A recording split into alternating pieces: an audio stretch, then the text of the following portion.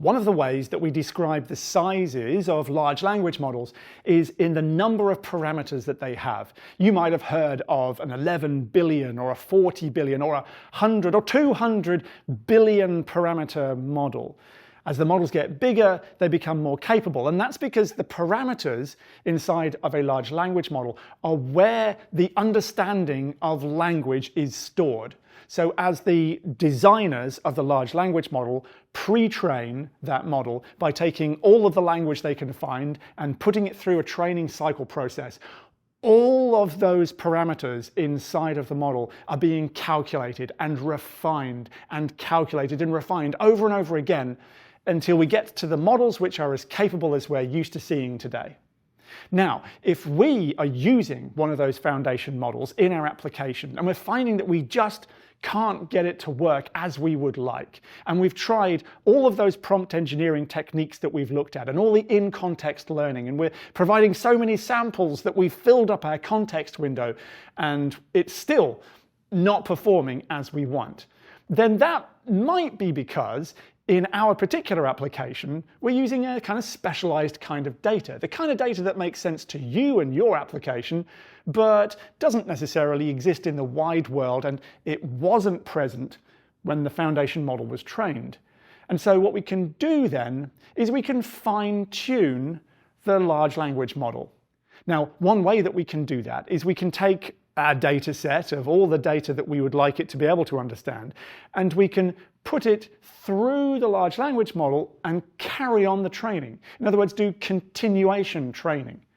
Now, the problem with that is that all of those billions of parameters need to be calculated, and it's a very expensive job to do that. When we're training the foundation model in the first place, when we're pre-training the foundation model, we're using many, many compute instances over often a very long time. Training a foundation model for months at a time is not unheard of, and training a foundation model where it costs millions of dollars is not unheard of.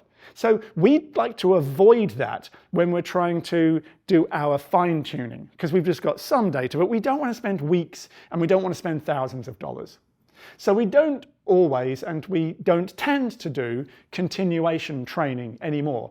What we now do is what researchers have discovered is parameter efficient fine-tuning, or PEFT.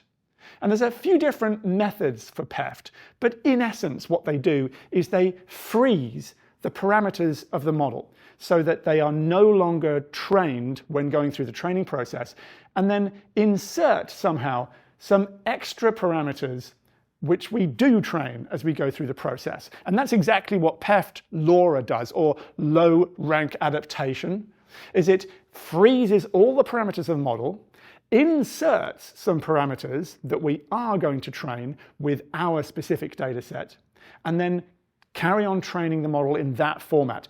And to put it into a bit of perspective, with this technique, we only end up training around 1 or 1.5% of all available parameters inside the model. So it's a much smaller task, and it's much more achievable. And as it turns out, it works. So we can use something like parameter efficient fine-tuning with low rank adaptation to fine-tune an existing large language model that may actually be really quite big, and we can fine-tune it on our data, and then we have our own custom large language model that will understand our data and our task.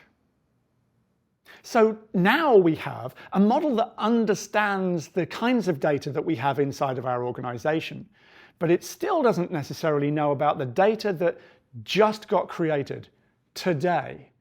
How do we get a large language model to work with live data? That's what we're going to take a look at in the next video.